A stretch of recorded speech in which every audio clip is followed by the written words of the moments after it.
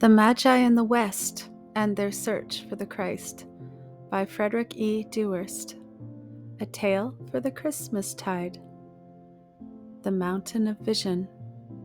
Now, it happened a long time ago in the year, but the exact year does not matter because you will not find this story written in the history of any of the nations of the world.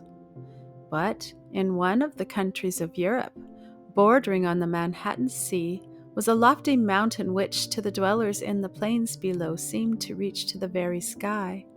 At times, its summit was covered with clouds so that it could not be seen. At other times, it stood out fair and clear as though silently asking the people to look up and not down. The lower slopes of the mountain were covered with olive trees, with groves of oranges and lemons, and with vineyards, and they were dotted here and there with the little white cottages of the peasants who made their living from these groves and vineyards, the fruit of which they sold in the city not far away. Sunset in the sea. Along the mountainside wound a foot trail even to the summit, and nowhere in all the region was there a finer view of the Mediterranean than from the summit of this mountain. In the long summer afternoons, the peasants and children would climb to the top and look out on the lovely picture of land and sea.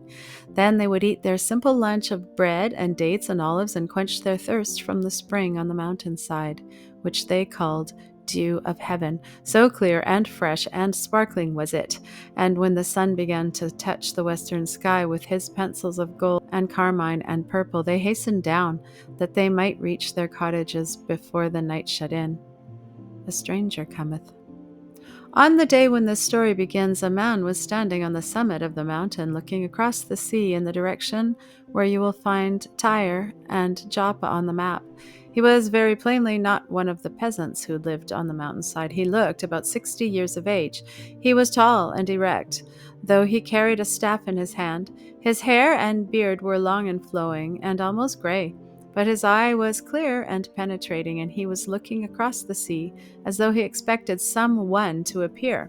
And while he stood there gazing seaward, there appeared a second man on the summit, helping himself up with his staff and panting with the effort of a long climb. From his dress and manner, it was plain that this man too was not one of the peasants, for, like the first comer, he seemed to belong to another age and clime. The two men glanced at each other and gave such a greeting as strangers might who should meet in so solitary a spot as a mountain summit. Then both lapsed into silence and looked off across the sea. And findeth a friend. Presently the last comer seemed to awake from his reverie. He walked over to the place where the other man was sitting, still gazing off toward Joppa, and touched him on the shoulder. "1,000 pardons, my friend," he said, "but my mind is haunted with some far-off recollection, as though in some other land and some far-off time I had seen thy face. Wilt thou have the kindness to tell me thy name?" Without lifting his eyes from the sea, and in a tone which seemed regretful and sad, the stranger replied, "My name is Gaspard." A far-off pilgrimage recalled. "Gaspard! Indeed, then I have seen thee. Look at me, my friend. Dost thou not remember me? My name is Melchior. Dost thou not recall that time, how long I do not know, when thou and I and Balthazar followed a star which led us to a little Jewish hamlet, thou bearing gold and I frankincense, and Balthazar myrrh? Dost thou not remember how, on the long journey thither, we talked about the young prince, whom we expected to find in a royal palace, and how at last, when we reached the village following the star, we were led not to a palace but to a little inn, and not even to a room within the inn, but to the stable yard, where we found a sweet-faced woman bending over a babe, cradled in a manger, and standing near a sturdy peasant, proud and happy, whose name was Joseph? Dost thou not remember, too, that when we had recovered from our surprise, we left our gifts and greetings, and went our way as men who had been dreaming? Gaspard, dost thou not remember? And wanderings in many lands.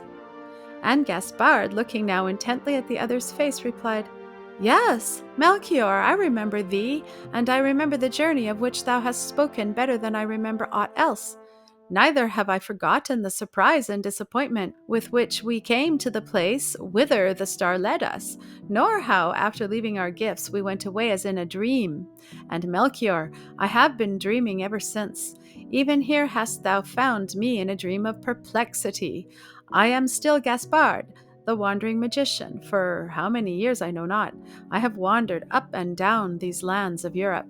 I have crossed the seas. In every place I have sought to find the kingdom over which we were told this young prince was one day to reign. Dost thou not remember that we were told his kingdom was to last forever, that he would reign in it himself forever and would never die? Alas, I have lost the old power of the magician's art. I can summon no star to guide me to the place where I shall find his kingdom and its king. If only Balthazar were here. Truly, Gaspard, answered Melchior, the story of your wanderings is but the repetition of mine own, and even now I was drawn to this mountain summit on the selfsame errand that brought you here, to see if I could not discover in the direction of yonder land where Bethlehem was, some star which might prove to be his star, and which might guide me in the new quest. If only our old companion Balthazar were here with us now, he might give us the clue to our search.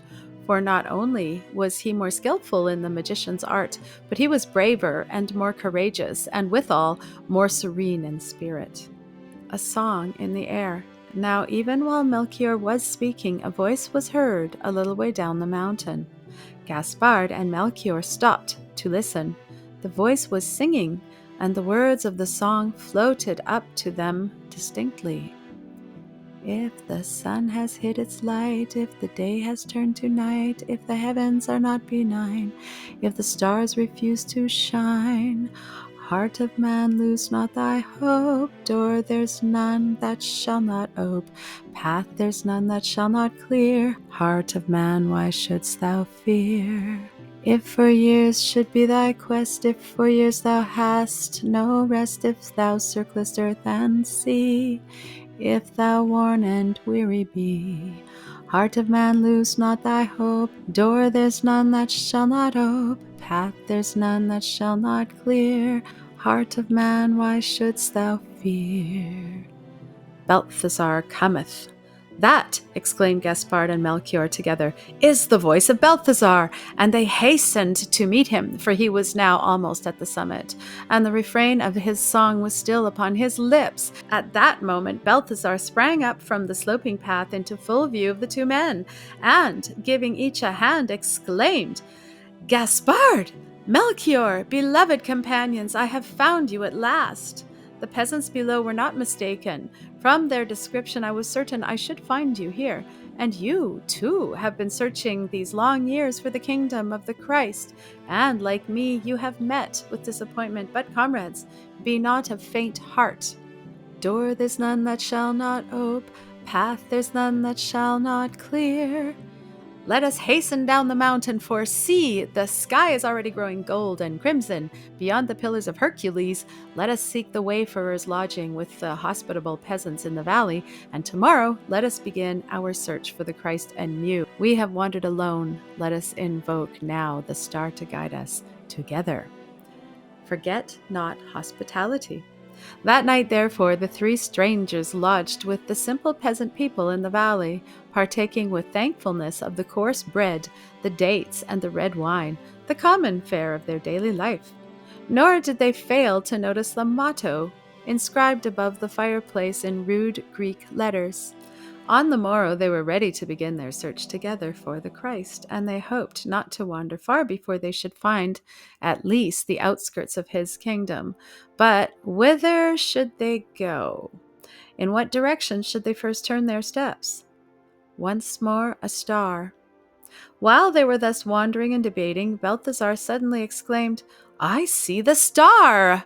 And behold, a little way before them, and at no great distance above their heads, they discerned in the grey of the early morning a star of pale opal light, which seemed to move forward as the men moved toward it. We must follow the star, Balthazar said in a whisper. Silently and breathlessly his companions followed on. Now, so intently did the three men keep their eyes fixed upon the star, and so eagerly did they follow in the direction where it seemed to lead, that it was only after a considerable time they discovered that they had become separated from each other, and that their paths were getting farther and farther apart. Yet there before each of them was the star, shining with its soft, opalescent light, and still ringing in their ears were the words of Balthazar, "We must follow the star." The star stands still. So each followed the star, each by himself alone. Gaspard's path wound around near the shore of the gulfs and bays of the Mediterranean, until at last the star turned southward and drew him nearer and nearer to the great city, and finally stood still over the dome of a vast cathedral. It must be, thought Gaspard, that I have come to the end of my search. This must be the capital and palace of the Eternal King. Marbled aisles, magnificence. The square in front of the cathedral was thronged with people. Multitudes were pouring in through the great portals. Gaspard joined the throngs, and at last found himself under the mighty dome, which seemed to him as far away as the sky itself. Everything in this wonderful place appealed to his imagination. There were great rows of massive columns, symbol of a strength eternal, and they seemed like wide open arms holding out a welcome to the human race. There were statues and paintings by great masters in art. The light of the sun poured in through many colored windows on which were blazoned the deeds of heroes and saints. Strains of music from the great organ in the distance floated out upon the air.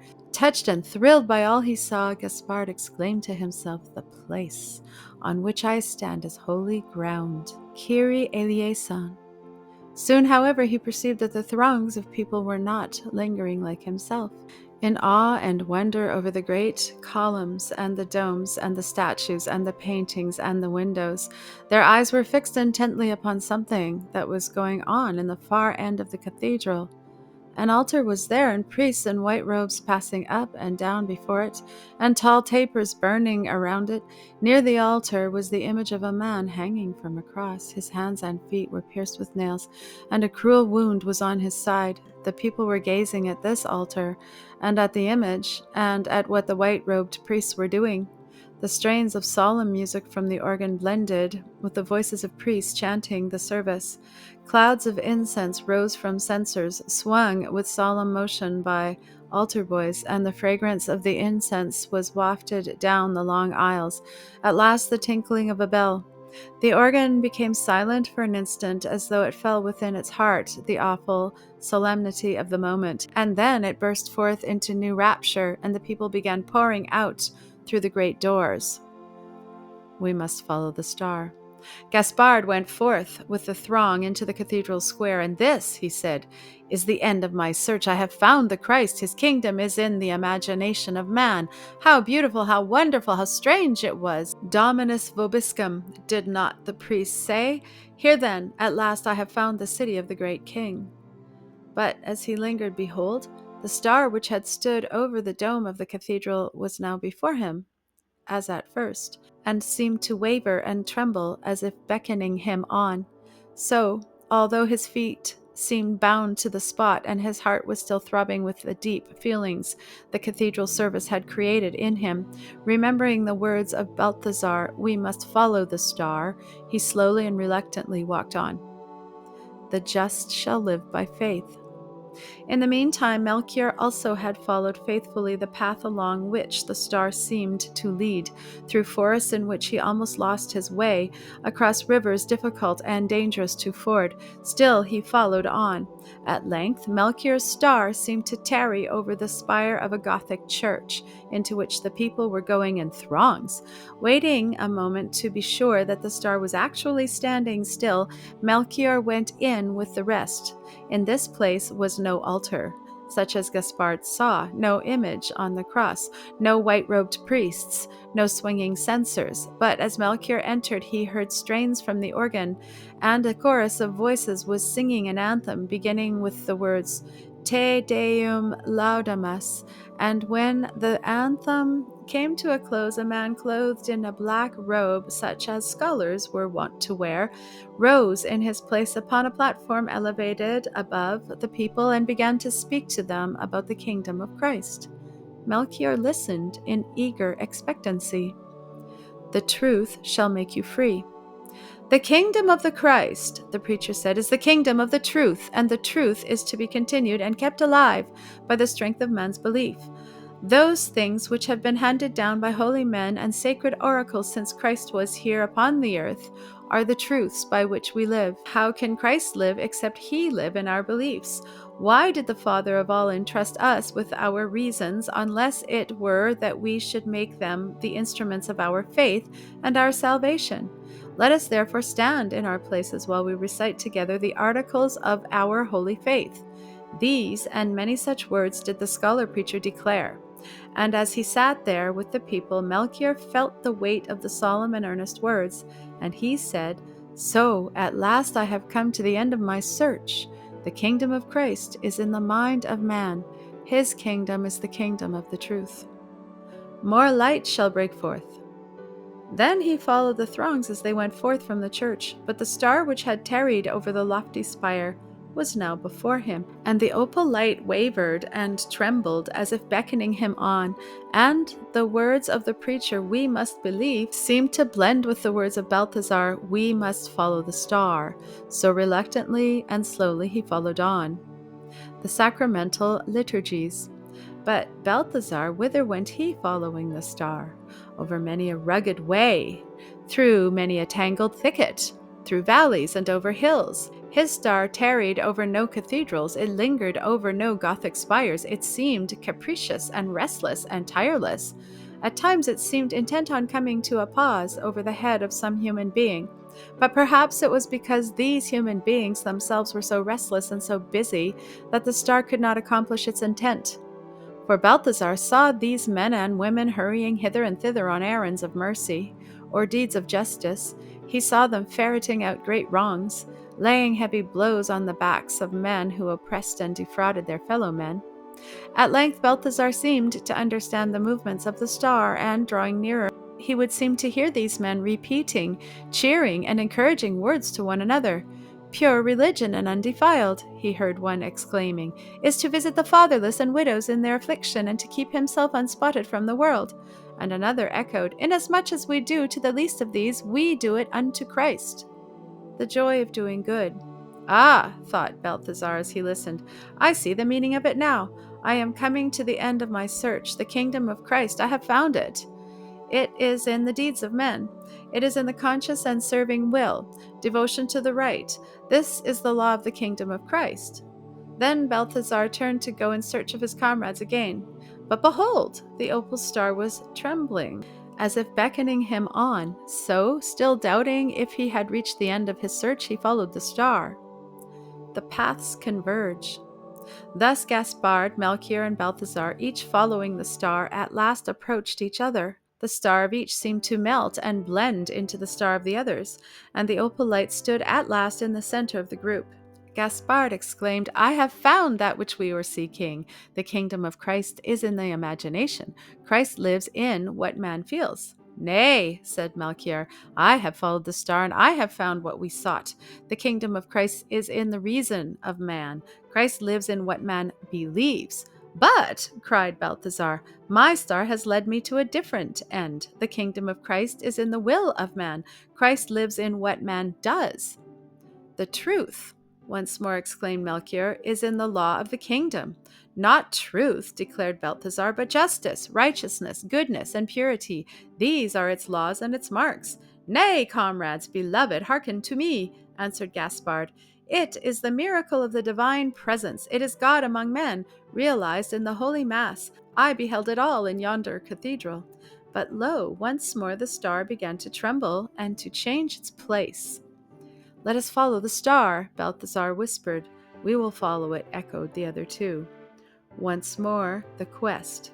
Then the star led them on, and they followed together until they came at length to the doorway of a little cottage, and within the cottage they saw a woman bending over a candle. And in the cradle a little child lay sleeping. She was a peasant woman. Her clothing was not rich. The furnishing of the cottage was humble and scanty. The cradle itself was rude, as if put together by hands unskillful in tasks like that. But when the mother looked at her babe, a sweet smile played about her lips, and a light was in her eyes. Then all suddenly the three men remembered another scene long before, when they were bearers of gold and frankincense and myrrh to another babe. He that loveth knoweth God. And while they stood and wondered by the door, there came a strong and sturdy peasant, broad-shouldered, roughly clad, his face browned in the sun, his hands hardened with toil. He came and stood beside the woman, and they bent together over the cradle of the sleeping child. And the man drew the woman tenderly toward him and kissed her brow. And still the three men lingered, for behold, the star stood still above the child, and they dared not speak. But the heart of Gaspard was saying in silence, there is something greater than the repeated miracle of the Mass. And Melchior was thinking, there is something mightier even than the mind, something superior to naked truth. For God is love.